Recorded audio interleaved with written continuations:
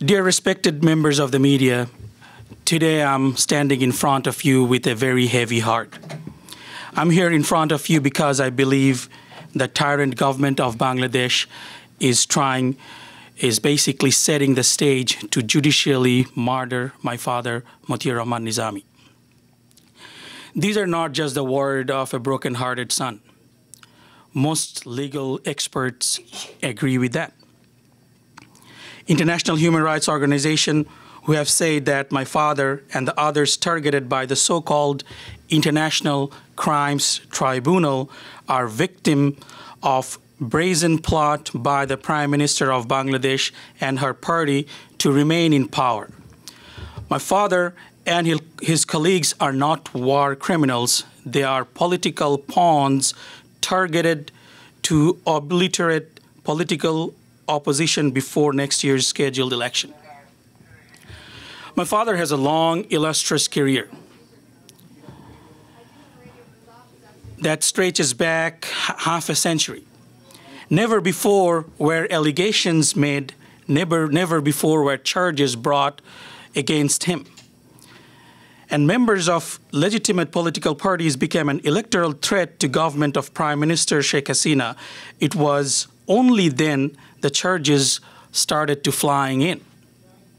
Charges based on contrived testimony from witnesses who were threatened, witnesses who were bribed, charges related to activities 40 years prior, charges with no credible physical evidence. Since the founding of independence, my father, Mutiur Rahman Nizami, has maintained a very open and transparent life. He held public offices for the immediate past BNP-led government in Bangladesh. He is considered as one of the most successful agriculture and industries minister of the country. In a country where public offices often buried under corruption and nepotism, my father was one rare political figure who was immune to all of this and above reproach. His achievements were admired even by his opponents. Under his stewardship, the nationalized sugar mills saw profit for the first time and the only time. I'm very closely attached to my father. Whenever I was away from home, I always used to call my father, even if it were for a few minutes. I have been deprived of that privilege for the last 3 years since his detention. My father is now being tried before a renegade tribunal for crimes he never committed, for actions of which he has no knowledge. Whenever I talk to somebody about my father, the first question that I get asked is that 1971 was 42 years ago, right? How have these allegations remained dormant for 42 years? If he were guilty, wouldn't someone have said something about it before? Honestly, I don't have any answer to that. I don't know if anybody has any answer to that. I don't know if anyone has a legitimate answer to that question. The only answer is that the charges are without basis in fact. My deep condolence goes to the victims and their family members who perished in 1971. This political witch hunt that is going on in Bangladesh in the name of their blood does not honor them at all. It is instead a sacrilege. The victims of 1971 would, I'm sure, be troubled by how their memory is being politicized by this tribunal. In short, the tribunal has successfully managed to divide and rock the nation. Today, I'm here to highlight some of the flaws, deep flaws, that took place during the trial of my father in the International Crimes Tribunal. In any non-despotic jurisdiction, the conduct of the tribunal would surely have resulted in misconduct, charges for judges, prosecution, and investigative officers. The government ignored all the international standard and created their own rule that they hid behind to justify their plan to murder the leader of a political party. Firstly, the arrest of my father and the subsequent trial process were arbitrarily, illegal, and flawed from the beginning to the end. On the November 23, 2011, the United Nations Working Group on Arbitrary Detention expressed its opinion that the detention of my father under the Bangladesh International Crimes Tribunal Act was arbitrary and illegal. The UN Working Group cited, quote, significant restriction, unquote, on defendants' access to legal assistance and their unimpeded access to evidence. The tribunal, that's the first flaw, the tribunal amended its own rule and procedure and gave that retrospective effect in order to construct a sham pretense to legitimize my father's detention order.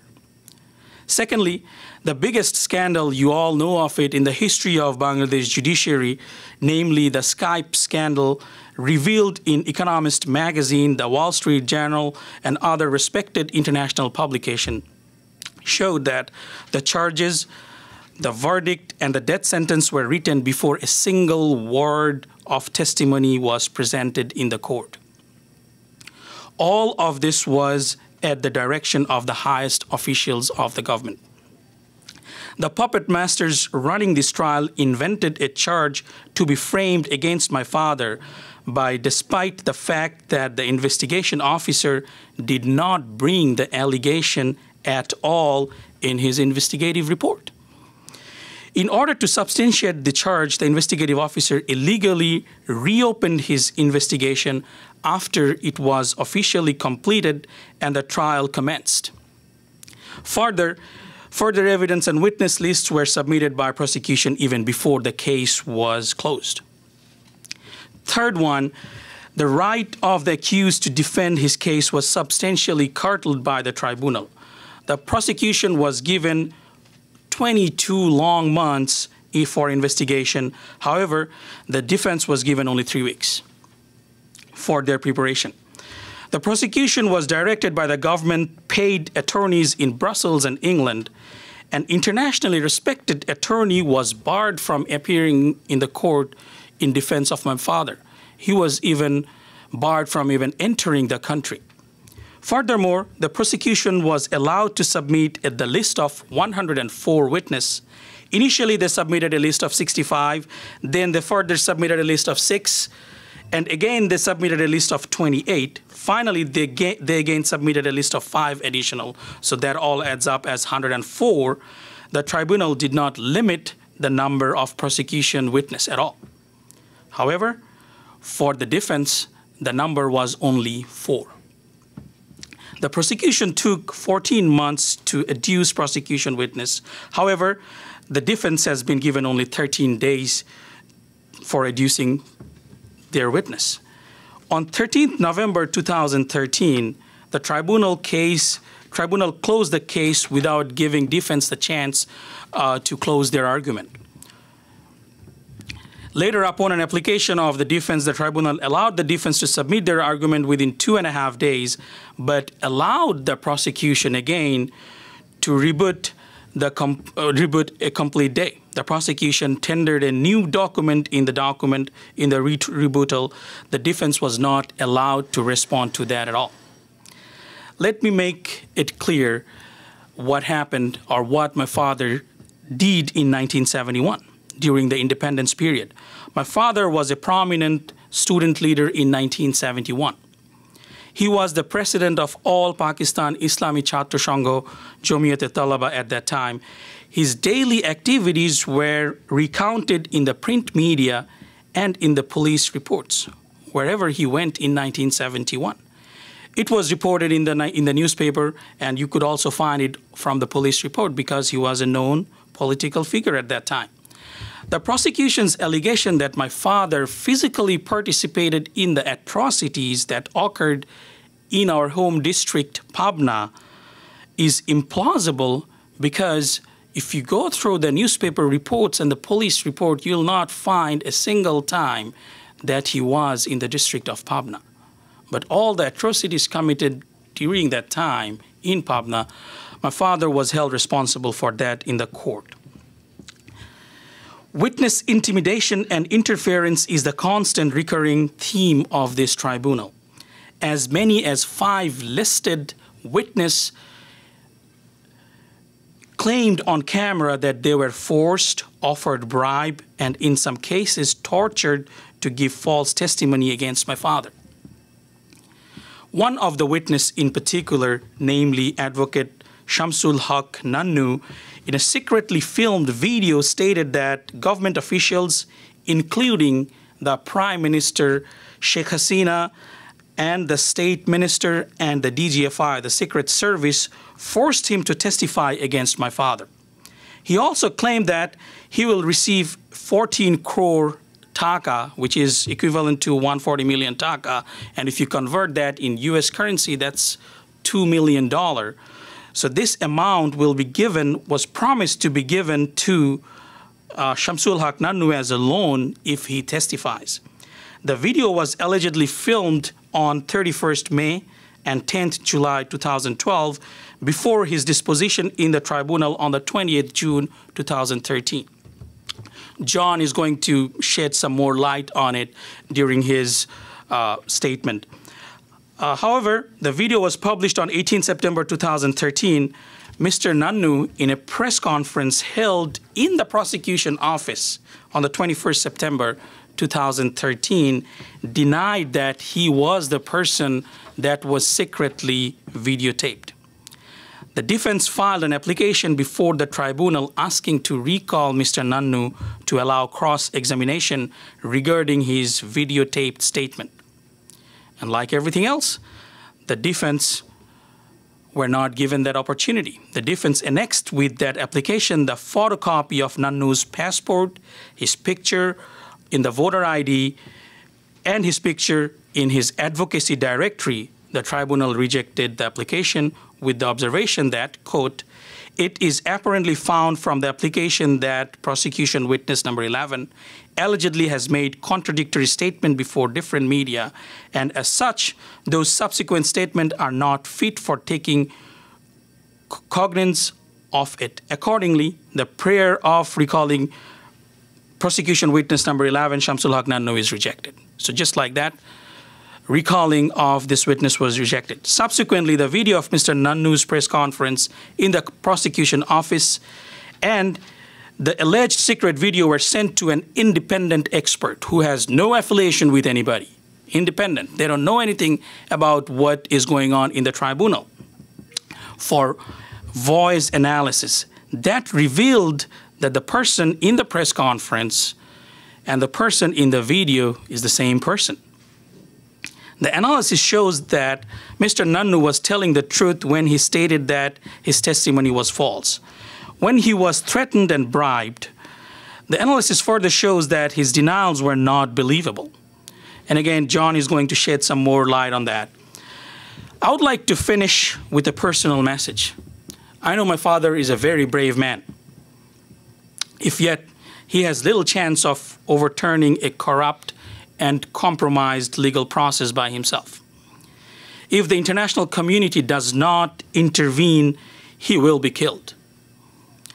The civilized world cannot let a government act with such a tyranny and make a mockery of justice like this. Our demands are very simple. This show trial must be stopped immediately, and the international community needs to speak up publicly against this trial. An internationally supervised tribunal is the only way to bring justice to the victim of 1971 war. There must also be a moratorium on all death sentences. Additional unrighteous bloodshed is a decisive to murderers in 1971. All past, current, and future trials at ICT must be reviewed by an internationally supervised and sanctioned inquiry. The days of silent diplomacy is over. I would urge the international community to hold the Hasina government accountable for this challenge to democracy in Bangladesh. If there is no action, it risks destabilizing the country for decades to come and plunging the region into another political crisis. Thank you again for coming. God bless. On behalf of my family, Dr. Muhammad Nakibur Rahman, proud son of Mutiur Rahman Nizami, Amir, Bangladesh Jamaat Islami. Now I would ask Captain Retired John Slater to give a statement. Thank you very much.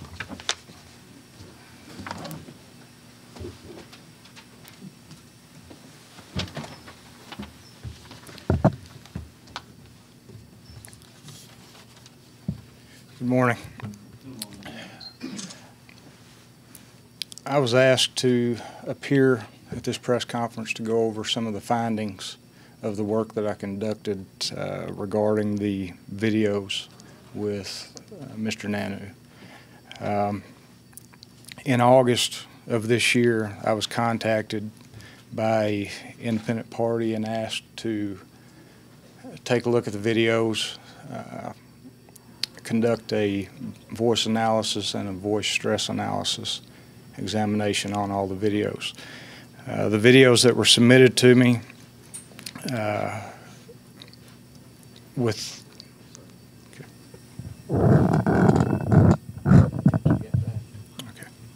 Can you hear me now? Okay. All right. In reviewing all of the videos, we use various types of software and different processes to conduct the analysis. The primary software that was utilized on this was the Forensic Voice Stress Analyzer. It's basically one of the only systems that has ever been developed and validated by science. In the extensive study of the video recordings, it was determined, again through various different measures of audio analysis, that Mr. Nanu is actually the same person in all the videos, the one with including the undercover video. The process that I went through to come to that determination was a very lengthy, time-consuming process. We do not just measure your pitch and tone of a voice. We measured all of the inaudible frequencies, the amplitude modulation, frequency modulation, undulations and microtremors of the human voice. And in doing that study, I was able to determine with a 99.9% degree of accuracy that Mr. Nanu is the same individual in each video recording. Is this any better? Okay, I'm sorry. It looks like very low voice. I'm sorry. I'm from the South. All right. In regards to determining truth and deception with the audio recordings and video recordings, within the I conducted a study on 6 different audio videotapes from press conferences and found that Mr. Nanu was being untruthful when he claimed that another person made the statements claiming that his testimony was coerced. The conclusion with that is between the certainty levels of 90 and 98%. He in fact is the one making the allegations in the video. The analysis of the Bangladesh war crimes trial exposed video, that's the only title that I'm aware of that it's been called.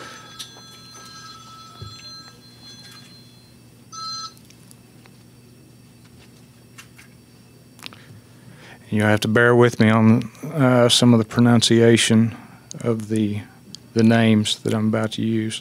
But Mr. Nanu was being truthful when he said that Sheikh Hasina instructed him to testify for a promised reward. Mr. Nanu was also being truthful when he said that he was offered 140 million taka loan from the ADB in exchange for his testimony. Mr. Nanu was being truthful when he said charges against Mr. Nizami, I'm sorry, were fabricated by the government investigators. Mr. Nanu was also being truthful when he said investigators fabricated statements to justify arrests of Ishaq Malana and Subhan Malana. And again, please forgive me for pronunciation of these names. Mr. Nanu also gave conflicting statements regarding the specifics of who threatened him and exactly what they wanted him to say. I have to say, and I think that this is very important, that I was not familiar with what was going on in Bangladesh. I had no knowledge of it until I was contacted to conduct this audio analysis. And normally when our company has a project such as this to conduct an analysis, it's pretty much our protocol that we do not research. We do not find out any information about the conflict or the allegations or anything like that, so we can remain unbiased in the situation. So, as you can tell, I'm having problems struggling with the correct pronunciation of the words and the issues that are involved in this trial. I was astonished after going through the video and audios and finding the deceptive areas and the truthful areas like I did. It sounds like there's some very serious issues going on in Bangladesh with this war crimes tribunal.